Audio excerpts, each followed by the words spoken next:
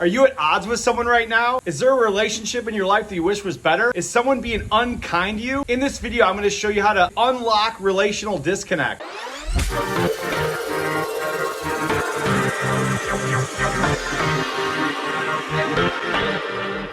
Because we are human, we all have relational disconnect. It's not if, but when. The key is, how can I reconnect sooner than later? The best way I found is to seek understanding. I'm gonna share 7 ways that help you seek understanding and help bring relationships back together. Number 1, ask questions. You would never buy a house or a car or get a job without asking questions or seeking understanding. In relationships, a lot of times we don't seek understanding or ask questions. Lots of times we just make assumptions, have a certain narrative in our brain, get upset, ignore someone, have ill will towards someone, or just hold a grudge. I like to say, I noticed a disconnect between us. Did I do something to hurt you or upset you? Or there seems to be distance between us. And then I just listen. If you're approaching someone because of the way they're treating you, lots of times I like to say, I know this is not your intention, but when you say this or do this, this is the way this makes me feel. Number 2, don't assume you know what's happening. I had a friend that was upset with me for a year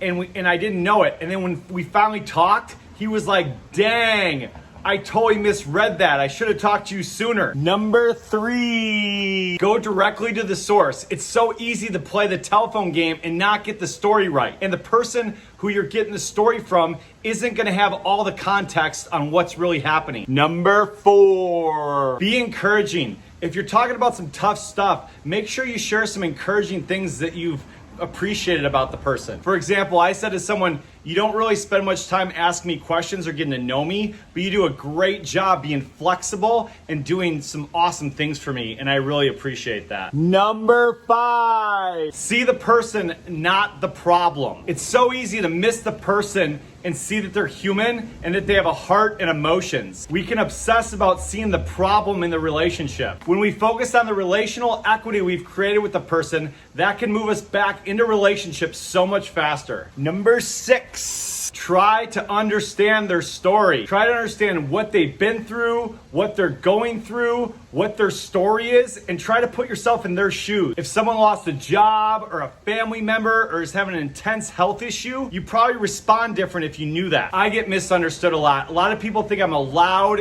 goofy, want to be the center of attention, duck jumping clown that sits around and doesn't do much. If you actually get to know me on a deep level, you'll see that I'm actually like a very kind, compassionate person that's a hard worker that actually really cares about people and has a passion for empathy and authenticity. And there's actually generally a greater purpose behind what I'm doing. I really want people to experience a deep level of love and joy. Number 7, the challenge might not be you. We all have different pains from our past. Sometimes we say or do things that cause people to relive those past events. Sometimes people haven't dealt with those pains from those past events and they put them on us, or they think it's us, but we don't have to take that personally. In the past, I was in a ton of environments that put a ton of pressure on me. So I get triggered a lot of times if someone seems like they're putting pressure on me. It might not be their intention, but I'm very sensitive to that. I hope these 7 tips encouraged you and hope enrich your relationships. So who is one person in your life that you're at odds with,